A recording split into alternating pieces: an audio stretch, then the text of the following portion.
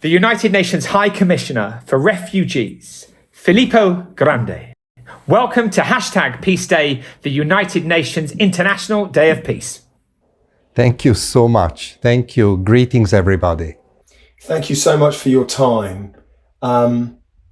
It's obviously been an extraordinary journey that has led you to becoming United Nations High Commissioner for Refugees. And I would, for one, and I'm sure our audience would love to know more about you, the man. And I just wondered whether you could tell us a little about some of the milestones in your life, in your career that led you to becoming, led you to this position.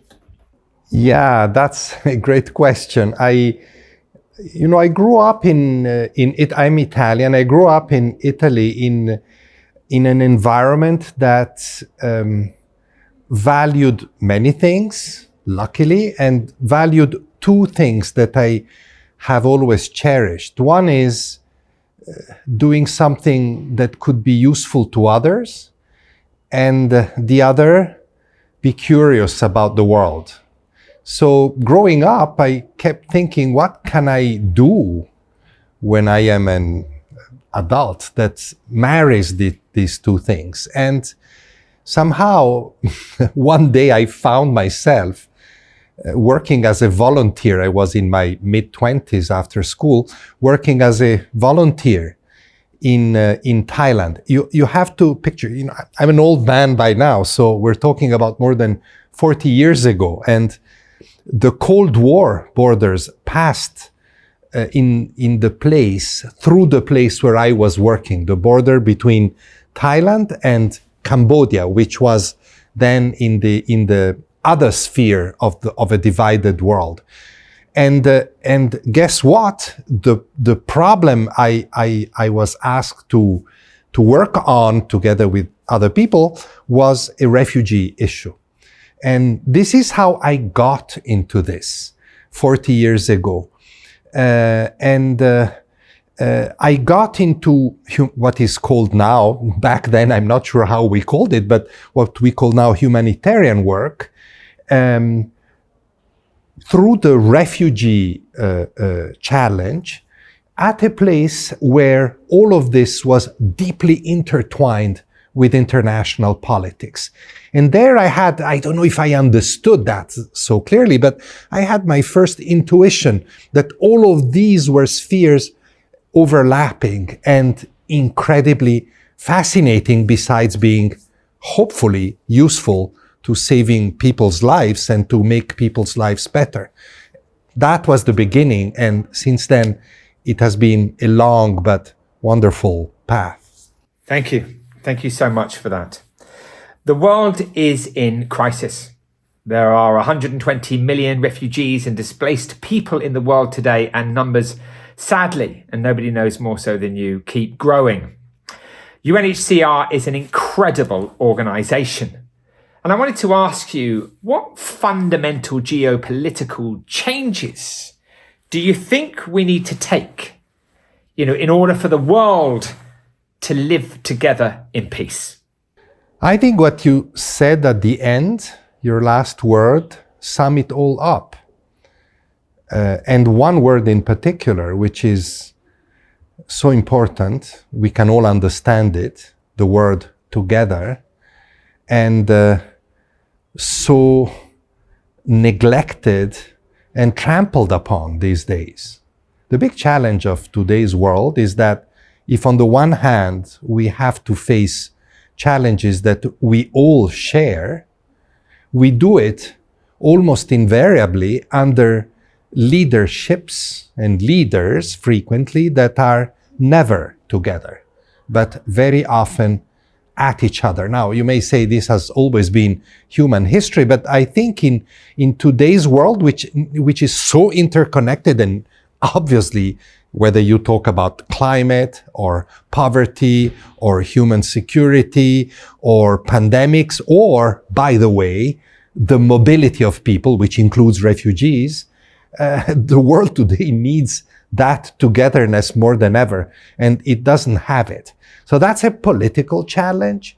That's a a social and economic challenge. The Secretary General of the United Nations has just launched this idea of a summit of the future that takes place in New York at the General Assembly this month. And it is, of course, exactly the direction of travel that we should all be taking. But big challenges, big changes that need to be brought about to get there, and against which the resistances are immense. So, but I think that as an international civil servant, as a humanitarian, as somebody who's been passionate about world affairs all his life, I see this as my main umbrella issue, if you want. And I hope that many others will think the same so that we can move in that direction. On that, could you talk to us a little bit about the mission and the targets specifically of the UNHCR? Yeah, of course, the UNHCR is the main refugee organization in the world, and it is the refugee organization of the United Nations. We were born after like many other initiatives and institutions and treaties, human rights treaties. We were born out of the ashes of the Second World War in the late 40s, when the world had experienced some of the worst population movements in history. And so there was, that was the beginning of already a divided world with the Cold War, the Iron Curtain in Europe. And the initial mandate was to help people that were fleeing across that divide. And then, of course, the world evolved. There was decolonization, conflicts in Africa, Asia, dictatorships in Latin America, and more variations on the theme of flight, of exile, of having to abandon one's home in search of protection. And therefore, the mandate of UNHCR, from being very much focused on individuals, on legal issues, became much more that of a humanitarian organization trying to help assist masses of people on the movement. But that protection angle, we call it like this, that ensuring that people that flee because of war, persecution, violence, discrimination, that these people can find protection in another country, or increasingly in a safer area of their own country. We call these people displaced, internally displaced. And then just one more word to say, that's not the only part of what we do. We are also mandated very clearly to work with states, essentially, in finding solutions for these refugee or displacement flows. And that's a part of my work that I cherish, because we should not think of refugees as people that, have chosen this destiny. Most refugees, all refugees want not to be refugees anymore, but we need to create the conditions for this to happen in safety and in dignity. That seems to me to be one of the common issues, that this sense that they are others in our environment, and I wonder, is there also an element of your work that is educating or trying to educate folk to recognize their situation, as opposed to react because they feel that their home or their environment is being invaded or filled up, if you see what I mean? Yeah, it is a very important part of our work, if I understand your question correctly. Especially now, today, in the era of, hate campaigns and social media, right? Exactly. Yes, that's why I ask. Exactly. And, this is unfortunately, the people we work for and with, the refugees, the displaced, the stateless people, these people that are in flux somehow in our world, they are easy targets because they're so often marginalized and excluded. And it's a spiral, isn't it? Hate campaigns against them, marginalize them. Often marginalized people become a liability in a society, and that fuels further hatred and marginalization. So our work is also to create awareness first of all, of the real plight. Why are they leaving? Not out of their own volition. And then, of course, a message of solidarity with these people, but also say, look, if these people are included, has become such a key word in our jargon. If these people are included, I don't know, in the education system, they have access to jobs, to healthcare, they can become such a formidable contributor to the societies hosting them, besides getting ready for doing what most of them want to do, which is to go back home. Very interesting. Can I ask you, Filippo, today we are broadcasting on the 21st of September, Peace Day, the UN International Day of Peace, a day of ceasefire and non-violence. Around 3 billion people are now aware of this day. There are people acting and observing in every country of the world now. There is behavioural change where violence is being decreased in our homes, communities, schools and places of work. How important is a day like this? How important is it for us to come together and stand as one? A few weeks ago, I found myself in another situation where the message somehow from a completely different angle was very much the same, the opening of the Olympic Games.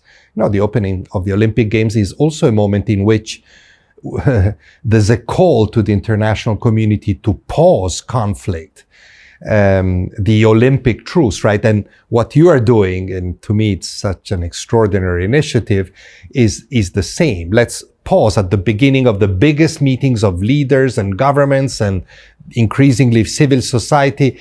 Let's pause and let's reflect on peace. And many people saying, well, who is pausing? Nobody's pausing.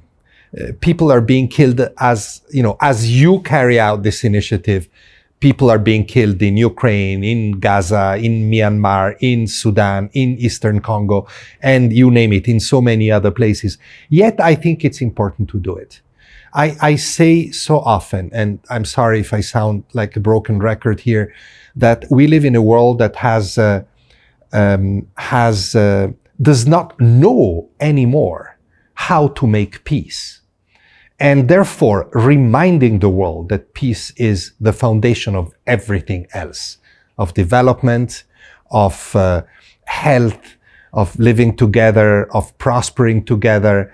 And of course, for the people I work for, it's the door that opens the possibility of going back to their homes or finding stability somewhere. It's important to have these global occasions in which, much as we sound idealistic, and we're not, I think, we are more realistic than those that wage war, it's important to remind them of the importance of that.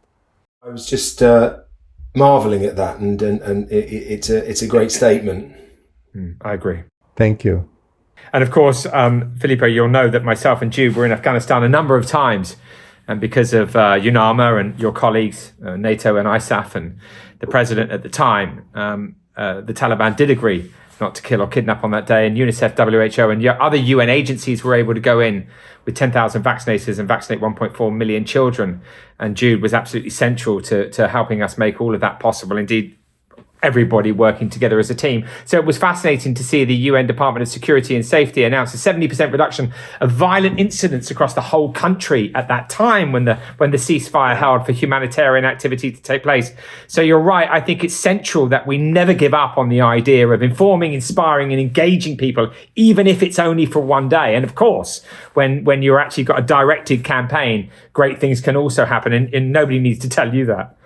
If I have one more minute, I'd like to say, I remember vividly, I was a young man when the Berlin Wall came down. I was with UNHCR and I was serving in Africa and Sudan in those days. I remember the extraordinary excitement that the whole world felt. The biggest division on earth had fallen, and a future of peace potentially was opening up. Now, as things turned out, unfortunately, it wasn't all that good, although there was a lot of progress in some parts of the world.